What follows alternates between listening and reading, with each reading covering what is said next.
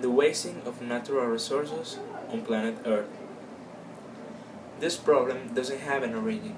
The wasting of natural resources is a problem that affects us all since the beginning of the existence of the human being, so we can talk about a specific moment in our history. As I said, our problem has no origin, but it has causes. One of the most important causes are the irresponsible and excessive exploitation of our natural resources, from oil to trees and minerals. Forests are the lungs of our planet, and by cutting down all the trees, you will not only remove the habitat for animals and indigenous people, but the whole ecosystem will be altered. There will be less and less fresh water, less rain, more hot, melting at the poles, rising sea levels, and massive flooding of coastal regions, etc. Droughts will cause the desertification of large areas and therefore famine and mass migration of people to industrialized countries will create further misery because there won't be work for all. As you can see, it doesn't only affect the environment. The result, in a nutshell, is misery, hunger and misery. Is Ruben, and I'm going to talk about the development of the wasting of the natural resources on Earth. Many people say the wasting of the natural resources on Earth is just a psychological fear that is not based on real fact. But the people really don't understand. One of the most important evidences is the overpopulation. The basic resources for the development must be designated to feed on increasing population. Now, I'm going to talk about current situation. We continue to buy vehicles that burn merely increasing amounts of oil without knowing their project exhaustion, not the problems caused by this combustion. If the people burn the oil, the future generation will be privating of valuable raw material.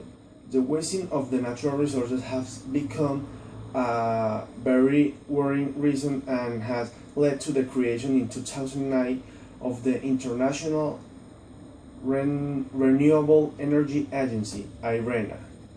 Thanks for paying your attention for me. See you later. One of the possible solutions is simply, if together we stop consuming so many products and resources, we can reduce the impact a bit. Regardless of government imposing more sanctions when manufacturing or using non-renewable resources, we have to understand that the vast majority of humanity is consuming these products. With the stop of using products made from oil, we will do a great good for our planet. Besides, if we use common sense and look to a future where we do not have products to consume, we will preserve life on Earth, for the good of all and for the human being.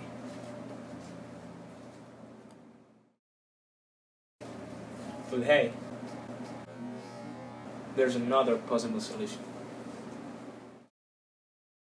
I see great dangers for the human race. There have been a number of times in the past when its survival has been a question of touch and go.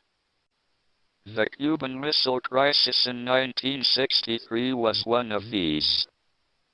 The frequency of such occasions is likely to increase in the future. We shall need great care and judgment to negotiate them all successfully. But I'm an optimist. If we can avoid disaster for the next 2 centuries, our species should be safe as we spread into space. If we are the only intelligent beings in the galaxy, we should make sure we survive and continue. But we are entering an increasingly dangerous period of our history. Our population and our use of the finite resources of planet Earth are growing exponentially, along with our technical ability to change the environment for good or ill. But our genetic code still carries the selfish and aggressive instincts that were of survival advantage in the past.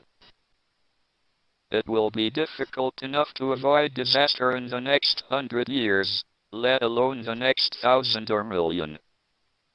Our only chance of long-term survival is not to remain inward-looking on planet Earth, but to spread out into space. We have made remarkable progress in the last 100 years. But if we want to continue beyond the next 100 years, our future is in space. That is why I'm in favor of manned, or should I say, personed, space flight.